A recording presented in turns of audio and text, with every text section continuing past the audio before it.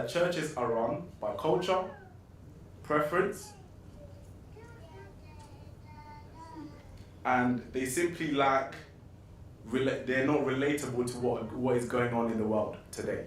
These are some of the top reasons that are happening. And so the question is, if us as the Adventist Church, the SDA Church, we believe that the Bible is the rule, the Bible is what leads and guides us in how we should live, or we even have the word sola scriptura, which means the Bible and the Bible alone. If that's what we truly believe as a church, why is it that sometimes we're led by preference or culture?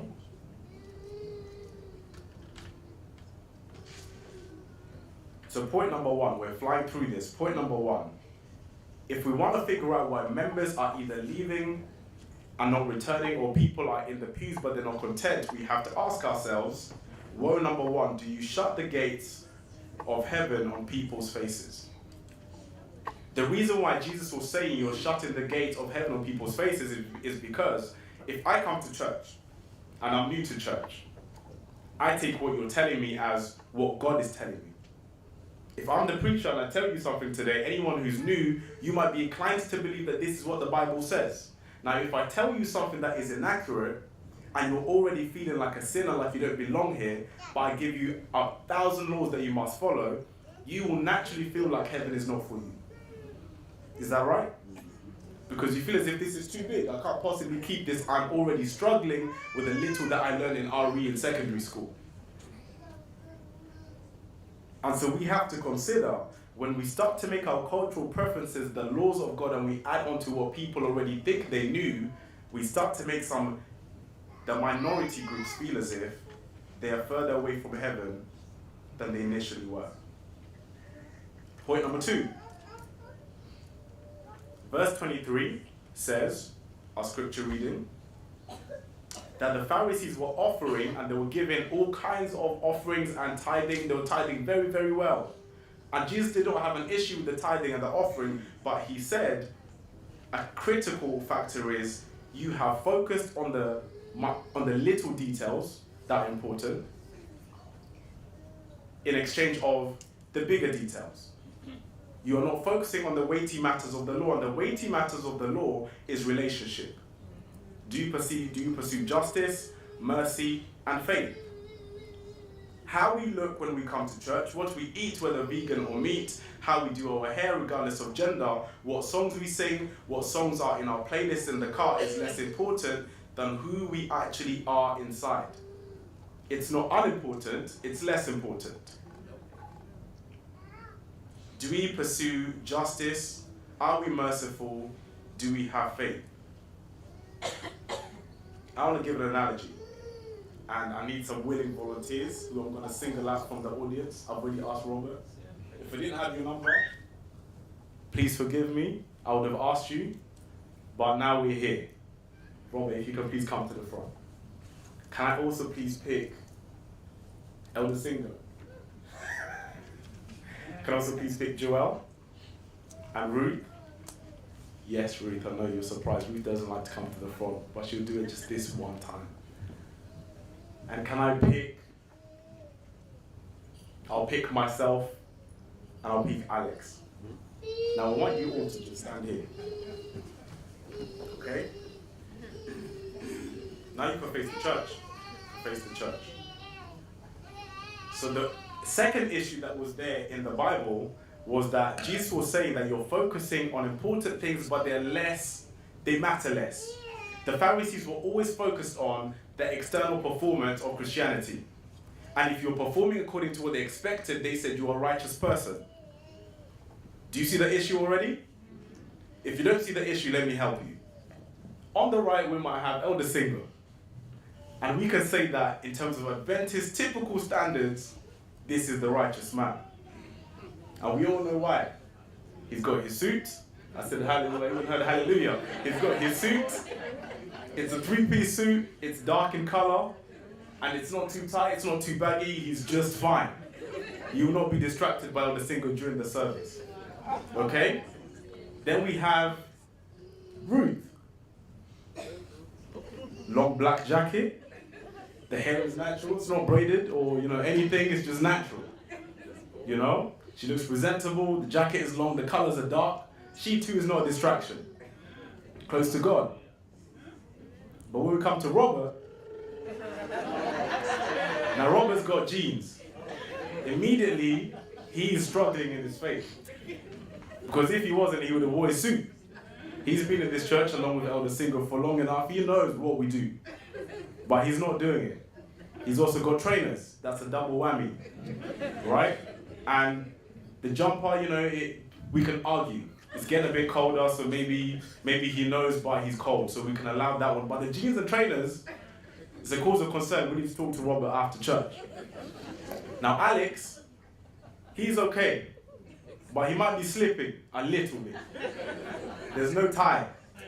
If he had a tie, they would know he's very serious and he's very much on top. But because he's taken off his tie, maybe he's on his way somewhere else. Okay? Now we have Jewel. Now this is arguable. It's dark, so it's not distracting. But she does have trainers. And I've just recently come from Kenya. We're a bit conservative. The trousers is a no-go. Okay? The hair is fine. It's okay. So now when you look at this, when you look at my breakdown, a lot of us were laughing because we know that this is the general, typical judgment which is there in the church. But if you were to look at these people again, Jesus is letting you know that what's inside these people is what matters most. Elder Singer was, when he was young, he was a model. He was a model, he was good looking, and also one of his aspirations that he wanted to be a CEO. He didn't manage for his dreams to come to life, but he realized after a friend invited him to church, he could become the head elder. Now that's close enough because I've got power and authority in this place. That will do for him. That's fitting. So he might actually be driven by his passions that, failed dreams that he had, but really what drives him is that he likes the power and recognition, and because he can wear a suit and people think he's good looking, that's what will keep him going. We can laugh, but these are real things that can happen. Thank you for being a participant. You can have a seat. Now we have Jewel over here. Not everybody. We have Jewel over here. Now you might have your opinion on how Jewel's dressing and you might think this is not okay, that's not okay from your cultural preference. But if you look at the Bible and you really want to break things down and study things in context, you might find that there's nothing wrong. And what you'll actually get to know, if you know Jewel as a person, she's the youth leader for this church. Many youth have left this church and have gone to different churches, or maybe they don't go to church at all. She's one of the most committed youth in this church, hands down. I don't think any youth has been here longer. Maybe Alex, maybe Ruth. But the point is, these are the most committed people who have been in this church for the longest time. Who has the most heart for the youth? It will be Jewel. Who will take up youth leadership 2 years in a row? Jewel will take it. Whether she wants to or not, whether she's enjoying it or not, she's taking it. So if you really want to know in terms of impact and what matters in the community, if you want to judge the exterior, you would be wrong. You'd be shutting the gates of heaven on her face. Why? She does not look in the way that I prefer. But in terms of what's there for the kingdom, she's pushing the best that she can. You can have a seat. Now Alex, he might look like he's slipping. But Alex is the first elder of this church as a youth. So in terms of whatever I think about his preference, whether he should wear his jeans with his blazer or not, that doesn't matter. That does not reflect where Alex is in his life. He might be up, he might be down, we don't really know. But the point is, you can't really judge Alex and where he's truly standing based on how he looks today. Alex, you can have a seat. Now, we don't need to say much about Robert because we're already having conversations after church. But maybe, just maybe, Robert is also someone who's very real with God. He's gone past that stage of pretending to be okay. He's gone past that stage of pretending that I'm going to appease people because they think I should look like this. He's okay with God and he knows that God accepts him in the church however he chooses to dress. Today he felt like dressing casual. Next week he might be in a suit. But his spiritual impact is exactly the same. That's the weightier matter. Now we have Ruth. Sorry to keep you here. No, Ruth doesn't like to be here. She's been here the longest. We might actually look at Ruth and say, this is the model youth. Everybody should look like that. You might go home and say, dress like Ruth. Why are you not dressing like Ruth? Ruth might simply present this way because she likes to wear dresses. That's it. I didn't have much to say. That might be it. But is that something which is honoring God? Is she trying to honor God with her dress? It might fit your preference in what you think is okay, but maybe all that drives her is, I like my dress, churches allow me to wear dress, I wear dress every week, why would I not come? She might not be on a highway to heaven, I'm sure she is, but she might not be on a highway to heaven purely because church is run by vanity on her sense. I look good, I go. Thank you, Ruth, you may have a seat. I was going to go through this whole section of verse 23, but I feel as if that analogy encapsulates what I'm trying to say. The weightier matters of the law is the impact of the fruits that people bring into the community. How they look, it's important, but it matters less. Justice, merciful, and do you have faith? The last point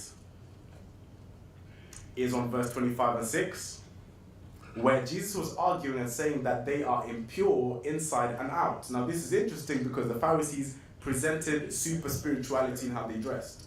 But Jesus says you are impure inside and out. So woe unto you, teachers of the law, Pharisees, you hypocrites, you clean the outside of the cup and dish, but inside you are full of greed and self-indulgence. Blind Pharisee, first clean the inside of the cup and dish, and then the outside will also be clean. Now notice it doesn't say clean the inside and clean the outside. It says clean the inside and then the outside will be clean. It's a byproduct. It comes as a result of the inside being clean. Now you could be clean on the outside, but it's not a byproduct of being clean on the inside. It doesn't work that way. It only works that if you're clean on the outside will be clean. So we cannot assume that because someone is complying with our cultural preference of how we see spirituality, that they are clean on the inside. And this is why, as a church, we're constantly shocked. This person went to prison. That pastor was doing X, Y, Z, and now he's been taken off power. This youth got arrested. We're shocked because we do not like to engage with people and find out how they're actually doing. When you engage with people and you find out the road that they're on, you'd be able to project and see where they might end up, which means you'd have already been ahead of the game to prepare the rehabilitation plan. We don't like that one, because when people leave here, we like to let them go sometimes in the church. But what we should be doing is that if you're able to interact with somebody, God knows your life. God knows all of your tendencies, and God knows that if Alex falls, I've already made a plan on how I can bring him back. Maybe in 2 or 3 years or 5 years, but I know how I'm going to bring him back. If we interact with each other, we might even prevent some of the negative experiences which people go through. Someone might not go to prison. Somebody may not be killed because they're involved in a gang. Somebody may not be arrested. But because we choose to come and we assume that people are okay because they're in line with our preference or how we see righteousness, this is where the shocks begin. And so as a church, the question is, what's more important? If we consider our purpose, I would say our purpose is to bring all men to God. Let's just assume that's the purpose of the Christian church. Bring all people to God. We then need to have a focus that directly matches our purpose. Now, us trying to police how people present, how does that get you closer to God? It has some kind of impact, but not a lot. Can we agree? Yeah, okay, now we all dress the same, but who's closer to God now? Nothing might change. This is an example I'll give you. I had a good friend of mine called Richard in secondary school. He hated school. We can all remember maybe one person in our school who hated school. This guy hated school so much that he did not wear his blazer or his tie. He just wore the shirt and the trousers. He looked like he could have been going to any meeting in the world. Because there's no school logo, he just got smart trousers, black trousers, and a white shirt. The tie's not there, the jumper's not there, the blazer's not there. So Richard, goes without saying, he got into a lot of trouble in the UK going to school. So what did the school do? Detentions, after school club, report cards. Remember the report cards? I'll confess I had a report card at some point. Report cards, and maybe exclusion. So Richard went through all of these measures. Eventually, he got tired and he put on his uniform, and the teachers came and they told him, Richard, you look good in your uniform. Richard simply looked at the teacher, I remember this day, and he said, I don't care. And that was the reality. He simply put on the uniform in the end to just shut people up. If I put it on and I act as if everything is fine, people will leave me alone. But the issue that was really happening in Richard's life is that he came from a family where nobody was educated. So when he went home, nobody could help him with his homework. So when he came to class, he felt embarrassed because he always had low grades, or the teachers would laugh at him, or they see him as troublesome because he's difficult to teach. But if your purpose as a school is to educate and to create smart, bright individuals, you have to address the issue at hand. It's not the uniform. His issue is he needs more help. He might need to have teachers who speak to the teachers who teach him to tell them, take it easy on Richard because things are a bit more challenging, focus on him more, apply more into him, leave the kids who are falling in line and they're smart. Don't leave them, but give them what they need at the bare minimum because they're on the right track. But the ones who need more help, you focus on them. But because the school didn't do that, Richard went through school the same way. Until when he left, he was glad to leave because they didn't have to be here anymore. These are some of the issues that happen when we're in the church. Sometimes people simply comply for as long as they can until they can't bear it anymore, and when they're old enough to go to uni, we will not return. That's what happens. And it happens with older people as well. You might stay in the church for a long time because a lot of your friends are here and you want to appear like your family's in line and in order, but the moment the pandemic happens, I can disappear and nobody will realize, and that's what I actually wanted to do. I'm finishing this sermon. The children's story put it perfectly. We have to judge people by their fruits. We have to get to know people, understand where they're going, where they've been, and judge people by their fruits. But let me address one more thing before we finish. Why is it that we struggle to connect with people? Why is it that we don't want to wash the inside of the cup or dish, but we like to wash the outside? I'd like to propose we do that because it's easier. It's much easier for me to just simply assume you're okay and I can go home. Because if I ask you how your life really is, it now makes me accountable to actually keep accountable with you during the week. I can't abandon you because I know the issues you're going through. If you tell me that your family is nearly breaking up, now I have to really be there because the guilt will swallow me. But if I didn't know that, I'm happy to say happy Sabbath, you okay? As long as you nod, which I'm waiting for the nod, then I can go. But that's not the truth. The last story I'll give you is I remember when I was cooking when I was young, and my dad, he came to the point when he said that life of living like a king is over. No longer will we call you from your room and you can just come down and eat and go and play. You need to learn how to cook. Start pulling your weight in this house. So he started to teach me how to make loads of different things, ugali, rice, all kinds of different foods. Now it goes without saying, like many of us, if you're bold enough to confess, I burnt the first few meals. That pan was burnt proper. It was silver, but by the end of it, inside of the bottom, it was black and it was difficult. You know what I'm talking about. It was difficult to clean. So what I did is, because it was tough, I washed the outside real good. It was silver as anything. And I put it on the drying rack upside down when I played football. When my dad came home, to my surprise, he said, "Come here." Now I'm surprised, why is he calling me to come in? The pan is clean. So he looked on that inside and he said, "What's this?" And I said, "I burnt the food and I couldn't clean it. So I left it."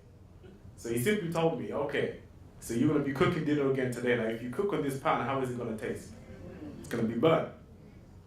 Doesn't matter how much you clean the outside, the inside is where the value comes. The issue of the pan, the whole purpose of the pan is to give you food that's tasting good.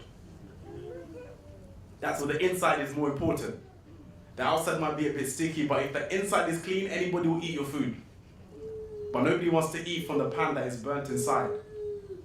When we come to church and we're concerned about how people look more than who they are, the consequences of our actions will come to bite us in the bum later on. Because the consequences of cooking on a pan that is still burnt is that you have to keep eating this food over and over and over. And sometimes we wonder why we're fighting in the church and we don't get along. It's because We only care about the outside of the dish. But if we really try to connect with people and understand, yes, I know you're temperamental, but why? Let me try and find out. I will then understand where you're coming from. Yes, you always come to church looking too casual, and if I think it's a spiritual problem, the most effective method is let me ask why. Let me come and get to know you and understand. Maybe you don't have enough money. And that why, the reason, will then allow you to have an effective method to connect with that person, and then you can move towards where you need to get to. The question is, why? It's difficult to deal with it inside. And you remember in church, I could tell you, I have worked as a personal trainer, I'm still an athlete today, but that was my first ever workout, cleaning that pan. Because it required all the vessels in my arm to really scrub that pot. And I had to find creative methods like soak it, add some soap, let it, Emma's nodding. Let it simmer in for a little bit, then it becomes a bit softer, then I can scrub it again. It was a lot of work, but it was worth it. And after the inside is eventually clean, we can carry on eating the good food that we really want to eat. So if we are happy to do the inside work and really work with people to scrub the insides of people's lives to find out the why, we can all enjoy. So as I close, I want to show just this table. Can you just go to the next slide, please? A quick table and then we're done. Next slide, please. Next slide, next slide. Brilliant. So I'm going to summarize this for you. There's a guy called Herzberg. Now Herzberg decided to create a two-factor motivation theory where he said, this is how the places of work go. Oh, my slides are gone. There we go, thank you. This is what is needed for a place of work to function properly. Now all of us who have experienced work can understand this. On the left we have satisfiers or motivators, and on the right we have dissatisfiers or hygiene factors. Now hygiene factors are things which must be there in your place of work. We don't celebrate it by being there, we expect it to be there. So when you get paid, nobody gets too excited to say, yes, I got paid this month. No, you expect it, right? You expect to get paid. You expect to have good working conditions, you expect to have the physical workspace, you expect to have a relationship with the colleagues, you expect a relationship with your superior, you expect a quality superior, you expect policies and rules, you expect these things. When they're absent, it makes you very upset. But when they're present, it makes you content. Are we okay? On the left, now we have the good companies of the world. These are the companies or restaurants that you really want to chase for and you leave good reviews for. They have all the bare minimum, they have all the hygiene factors, the bare minimum, but on top of that, you get performance and achievement available at this company. You can really progress and achieve a lot. You get a lot of recognition from your boss. Good job, you're doing a good job. I want you to do this. Next year, you might be promoted. Job status, good title. Responsibility, you have something reasonable and meaningful to do at work, which means something to you. Opportunities for advancement, personal growth, the work itself, these are things that you enjoy. When you have these things, you're satisfied and you want to stay at the same company. Are we together? Next slide, please. We're wrapping up. Oh, this one's a bit dark. We can't really see this one too clear, but I'll try and go through it for you. Now, oh, can you make that white and black for me? That'll be really, really good. If you can make that black and white for me, we'll go through this in a second. But when it comes to the church, I decided to flip this model and I decided to make it relevant for the church so we can understand. People will always choose which church they go to depending on the same type of reasoning. Satisfiers and dissatisfiers. Do you have the bare minimum? If you have the bare minimum, I can survive at your church, I can keep on coming, everything is okay. But if you have the bare minimum and the extras, I like your church. I can promote your church, I'll bring all of my friends. Now, let's go through it. The bare minimum you might experience from a church is, are there sermons? Yes, tick. Is there a building? Yeah, tick. Are there other members? Tick. Access to leaders? Tick. Fundamental beliefs? Tick. And there's order in the service? Tick. We're happy, we're content. We're not looking to stay here, we're not so excited, but we'll keep coming. Now, a really good church, their sermons, but their sermons are impactful. I come and I feel as if I can invite a friend, I can invite whoever, and I'm not embarrassed because everything is impactful. It's very intentional, well thought out. That's something which you could say is a motivator because it motivates me to keep coming. I'm seeing a lot of value. Yes, they have a building, but the building is of quality and fully functional, maybe it's in a good, reasonable space where we can really do good evangelism. That might motivate you to keep coming. Yes, there's really, there's other members, tick, that's bare minimum, but there's actually good relationships in this church. People follow up with me during the week, they care about me, they want to know my well-being, and I'm not judged by, my exterior, but I'm judged for who I am, and they're walking with me on this journey. Bare minimum, we have access to leaders, but on a motivator side, we have actively invested leaders in personal growth. You know your pastor, he cares for you, he has genuine care and concern. The elders might visit you when you need, the church is behind you and supports you. Fundamental beliefs on one side. Basic beliefs of Christianity, tick. However, a brilliant church, there's active education, multidimensional. You've got pathfinders, you can worship God in varying different ways where you feel enriched because the way that you worship is addressed. You've got a church with order, brilliant, that's a bare minimum, but a church that is also having flexibility and adaptability, even better. Why? We move with the times. As things change, we follow and we adapt as need be. We don't like to keep things in a rigid manner. So I've gone through that, hopefully that's clear for you. But in terms of summarizing this message, this chapter ends with Jesus saying in verse 37 and 38, Jerusalem, Jerusalem, you who kill the prophets and stone those who I sent to you, how often I have longed to gather your children together as a hen gathers her chicks under her wings, but you are not willing. Look, your house is left to you desolate. Nobody wants to have a desolate church. Nobody wants to have a desolate conference or desolate Area 5. Nobody likes the word desolate. But that's not liking it is not enough. Do you hear that? Not liking it is not enough. We have to be willing, as it says in the text, to adapt and change and let God lead us if we are to be in a place of abundance, where people come and want to stay. So by failing to change, we continue to shut the gates of heaven to others, number one. If we continue to be obsessed with the trivial matters of the law, we will also continue to struggle. If we continue to be impure inside and out, focusing only on the outward appearances of righteousness, we will continue to struggle. But the beautiful side of this all is that Jesus says, if I be lifted up, I will draw all men unto you. If any man be in me, they're a new creature. If any church be in me, it'll be a new building, it'll be a new creature, it'll be a new church. Jesus works in the business of restoration. But the key thing is we have to self-analyze, self-aware where we've gone wrong, and be willing to change. That's the sermon.